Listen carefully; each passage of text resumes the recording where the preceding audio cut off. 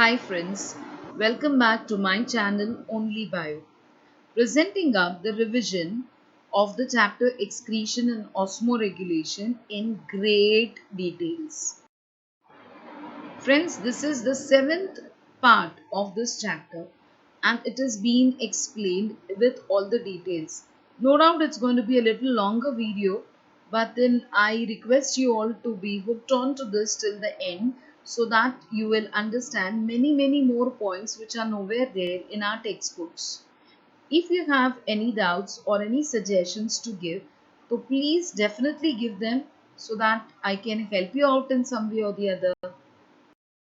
Let's understand the structure of the nephron, which is also called as the uriniferous tubule at times. Nephrons, that is uriniferous tubule, are the structural and the functional units of the kidney. Each kidney has nearly 1 to 1.5 million complex tubular structures called as the nephrons.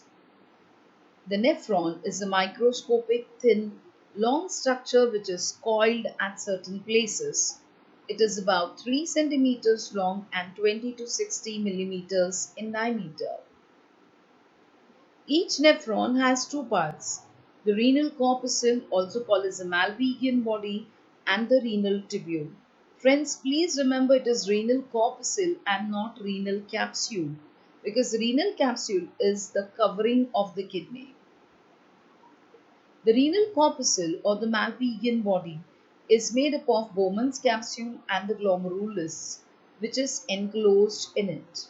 Each Malpighian body is about 200 micrometers in diameter and consists of a Bowman's capsule. Friends, in simple word, Malpighian body or the renal corpuscle consists of two parts, the Bowman's capsule and the glomerulus. Now let's understand about the Bowman's capsule, which is very rarely also called as the capsula glomeruli, also called as the glomerular capsule. Now the other two terms are not there in our books, so isko yaad rakhiyega aap log. It's capsula glomeruli, also at times called as glomerular capsule. It is a cup-shaped, dilated, double-walled structure, as you can see on the screen. It encloses a capillary knot called as glomerulus. So it's a knot of blood vessels. It's a bunch of blood vessels. The inner wall, that is the visceral wall of the capsule, is closely applied to the wall of the glomerulus. Uh, you can remember that the Bowman's capsule is a double-walled structure, right? Wherein the outer wall, as per you can see in the picture here, the outer wall is called as the parietal layer, which is also at times called as the capsular epithelium. Whereas the inner layer is the visceral layer, which is also at times called as the glomerular epithelium, just because it is in close contact with the glomerulus. And the space between both is called as the capsular space, also at times called as the urinary space. The outer wall, that is the parietal layer, is continuous with the wall of the next segment of the nephron, that is the neck and then the PCT. You can see that in the picture here. The outer wall is made up of a single layer of squamous epithelium. It does not function in filtration. This is important. It does not help in filtration. Its function is only protection. The inner wall, that is the visceral wall, has specialized podocytes or foot cells. These cells have foot-like appendages and hence the name. See, podo is foot and site is cell.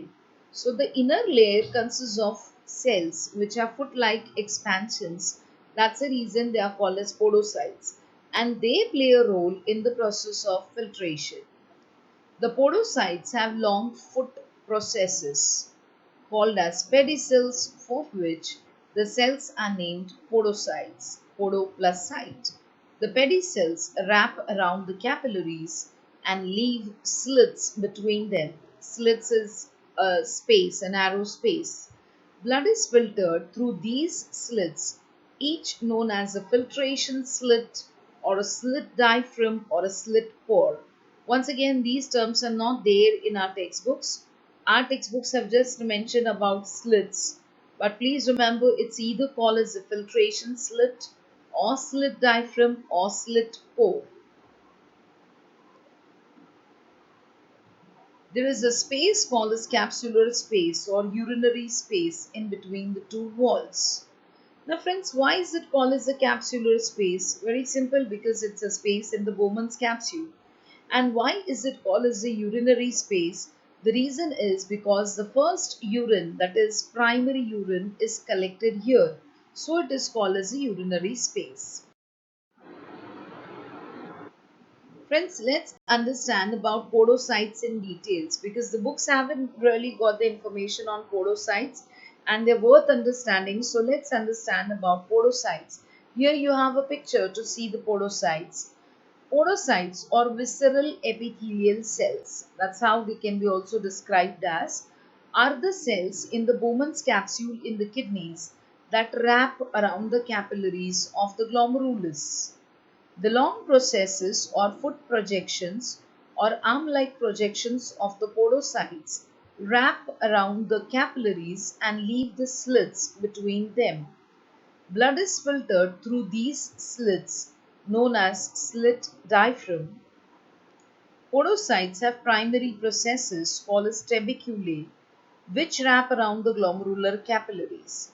The trabeculae, in turn, have secondary processes called as pedicels. Now, once again, this point about trabeculae and the pedicels is not clearly mentioned in the books, so it's worth understanding. The first processes given out by the podocytes are the trabeculae, and the trabeculae give out processes which are called as the pedicels.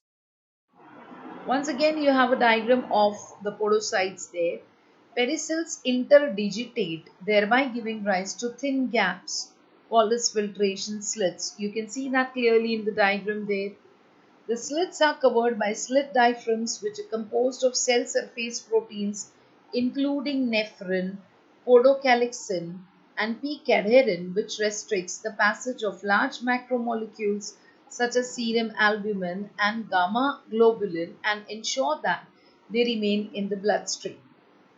So why they can function so well? The reason is because they have certain proteins connected with them which ensure that the larger macromolecules or the larger protein molecules never escape out in the urine. Proteins that are required for the correct function of the slit diaphragm include nephrin, NAPH1, NAPH2, podocin, CD2AP, and FAT1. The pedicels increase the surface area of the cells, which help in efficient ultrafiltration. Friends, we are going to talk about podocytes in much details, and all these details are nowhere there in the textbooks. Now, once again, on the right hand side, you can see a beautiful picture of that of the podocyte, and the foot-like expansions, that is the pedicels, are very clearly seen. So let's understand in details about the same. Podocytes secrete and maintain the basement membrane. See, basement membrane is going to be involved in the process of ultrafiltration. Friends, ultrafiltration is the first step of urine formation, and this takes place in the Malpighian body. Podocytes possess a well-developed endoplasmic reticulum and a large Golgi apparatus indicative of a high capacity for protein synthesis and post-translational modifications. So this is what will make you understand why podocytes are so important, because they can produce their own proteins as well. There is also a growing evidence of a large number of multivesicular bodies. Multivesicular is nothing but having many small sac-like structures, that is vesicles, and other lysosomal components seen in these cells, indicating a high endocytic activity. So you can understand it might be involved in endocytosis. Now, small molecules such as water, glucose, and ionic salts are able to pass through the filtration slits and form an ultrafiltrate in the tubular fluid, which is further processed by the nephron to produce urine. So this can tell you that pedicels and the podocytes are going to form up some slit diaphragms or some small pores which are going to be in contact with the basement membrane, and that would help in the process of ultrafiltration. As I did mention, that is the first step in the process of urine formation. Once again, on the right hand side, you can see a beautiful picture of that of podocytes. Podocytes are also involved in the regulation of glomerular filtration rate. That is, the rate at which the primary urine or glomerular filtrate is formed is called as the glomerular filtration rate. When podocytes contract, they cause the closure of the filtration slits, and this decreases the GFR, that is glomerular filtration rate, by reducing the surface area available for filtration. Friends, on the right hand side, you can see a beautiful picture of glomerulus. If you remember, I had told you that the renal corpuscle, which is also called as the Malpighian body, is made up of two parts, the Bowman's capsule and the glomerulus. So we had a talk about the Bowman's capsule, and especially we had focused on the podocytes, which form the visceral epithelium of the inner wall of the Bowman's capsule. And this Bowman's capsule encloses the glomerulus. So let's understand about glomerulus in details. The glomerulus is one of the key structures that make up the nephron. Glomerulus is a bunch of fine blood capillaries lying in the cup of the Bowman's capsule. You can see in the picture it's very clearly depicted. A small terminal branch of renal artery called as afferent arteriole enters the cup cavity and undergoes extensive fine branching to form a network of several capillaries. This bunch is called as glomerulus. See, friends, you have to know that the kidneys have to be supplied with blood. Why is blood needed here? First, for their own survival, and second, because the kidneys are going to filter out the waste products from the blood. So it's very mandatory, it's essential that the blood has to first reach the kidneys so that they can do the job. So, a branch of aorta, that is renal artery, enters each kidney via the hilum region, that is the concavity. Okay, so when it enters the kidney, it divides and redivides. And after it divides, each nephron is going to receive one branch of the renal artery, which will bring the pure blood towards the nephron. And this pure blood, pure here means only oxygenated, nothing to do with the nitrogenous waste products in it. So the pure blood, that is oxygenated blood, is brought towards each nephron by the blood vessel, which is called as the afferent renal arteriole.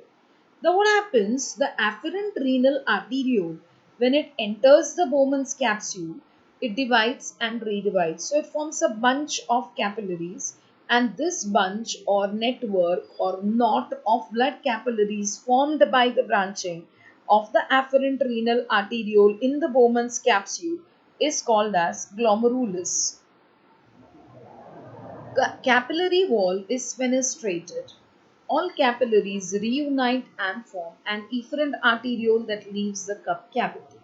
Now, capillary wall is fenestrated, matlab it's quite porous. And these capillaries, that is the glomerular capillaries, are much more permeable, more thin-walled as compared to the normal capillaries. So what happens? In the Bowman's capsule, we find there is a knot of blood vessels which we call it as glomerulus, which are capillaries. And these capillaries unite together to form a blood vessel that is called as efferent renal arteriole, which will take the blood out of the Bowman's capsule. That is, it will exit the Bowman's capsule. The blood will exit the Bowman's capsule via the efferent renal arteriole. Diameter of afferent renal arteriole is greater than efferent renal arteriole to create a high hydrostatic pressure in the glomerulus, which is important for ultrafiltration. See, afferent renal arteriole has almost twice the diameter as compared to the efferent renal arteriole. So the blood that comes into the Bowman's capsule is under high pressure, and this pressure helps in the process of ultrafiltration which is the first step of urine formation. Friends, try to understand, we don't call it just as filtration, but we call it as ultrafiltration. Now, why is it called as ultrafiltration? The reason is because it simply means it is the filtration of the blood under high pressure. Okay, so normal अगर मैं word इस्तेमाल करती हूँ filtration, तो it would mean a normal process of filtration, but irrespective of the pressure there. But here, since very high pressure is involved, the process is called as ultrafiltration. Friends, once again you can see a beautiful diagram of the glomerulus there, and it is much more what you can say detailed diagram, which is also showing up the macula densa cells, juxtaglomerular cells, which we are going to do it maybe in the upcoming videos. The glomerulus in the kidney was so named by the Italian anatomist Marcello Malpighi from 1628 to 1694. The structure was once called a Malpighian corpuscle. Glomerulus is the diminutive of the Latin glomus, meaning ball of yarn. It is literally a little ball of yarn, that is a rounded structure, you may say. And the plural is glomeruli. Glomerulus is thus a tiny ball-shaped structure composed of capillary blood vessels actively involved in the filtration of the blood to form urine. So friends, once again you can see a beautiful picture of that of the glomerulus on the right hand side, wherein you can clearly see the difference of the diameter of afferent renal arteriole and the efferent renal arteriole. You can clearly see that the afferent renal arteriole has twice the diameter as compared to the efferent renal arteriole. So the glomerulus, that is plural is glomeruli, is a network of small blood vessels, that is capillaries, known as a tuft, located at the beginning of the nephron in the kidney. The tuft is structurally supported by the mesangium, that is, the space between the blood vessels, composed of intraglomerular mesangial cells. Sorry. Friends, this point is once again an additional point. It's nowhere there in our textbooks. So, mesangial cells and the intraglomerular mesangial cells. The blood is filtered across the capillary walls of the tuft through the glomerular filtration barrier, which yields its filtrate of water and soluble substances to a cup-like sac known as Bowman's capsule. The filtrate then enters the renal tubule of the nephron. So the capillaries of the glomerulus are lined by endothelial cells, and these contain numerous pores which are also called as fenestrae, which are almost 50 to 100 nanometers in the diameter. Unlike those of other capillaries with fenestrations, these fenestrations are not spanned by diaphragms. That is, there is no partition. Diaphragm is nothing but a partition here. They allow for the filtration of fluid, blood plasma solutes, and protein, at the same time preventing the filtration of red blood cells, white blood cells, and the platelets. The glomerulus has a glomerular basement membrane consisting mainly of laminins, type 4 collagen, agrin, and nidogen, which are synthesized and secreted by both endothelial cells and podocytes. Thus, the glomerular basement membrane is sandwiched between the glomerular capillaries and the podocytes. So, you can imagine the structure, right? The glomerular basement membrane is 250 to 400 nanometers in thickness, which is thicker than the basement membranes of other tissues. It is a barrier to the blood proteins such as albumin and globulin. The part of the podocyte in contact with the glomerular basement membrane is called as a podocyte foot process or pedicel. There are gaps between the foot processes through which the filtrate flows into the Bowman's space of the capsule. The space between the adjacent podocyte foot processes is spanned by slit diaphragms consisting of a mat of proteins including podocin and nephrin. Friends, again, these points are not there in our book, so please make a note of these points. In addition, food processors have a negatively charged coat, that is glycocalyx, that repels the negatively charged molecules such as serum albumin. Blood exits the glomerular capillaries by an efferent arteriole instead of a venule, as is seen in majority of the capillary systems. This provides a tighter control over the blood flow through the glomerulus since arterioles dilate and constrict more readily than venules owing to their thick circular smooth muscle layer called as tunica media. The blood exiting the efferent arteriole enters a renal venule, which in turn enters a renal interlobular vein and then into the renal vein. Friends, I hope you are following the series and I hope you have liked it. Please subscribe if you are new to the channel and hit the bell icon for the further notifications. Thank you so much for being with me.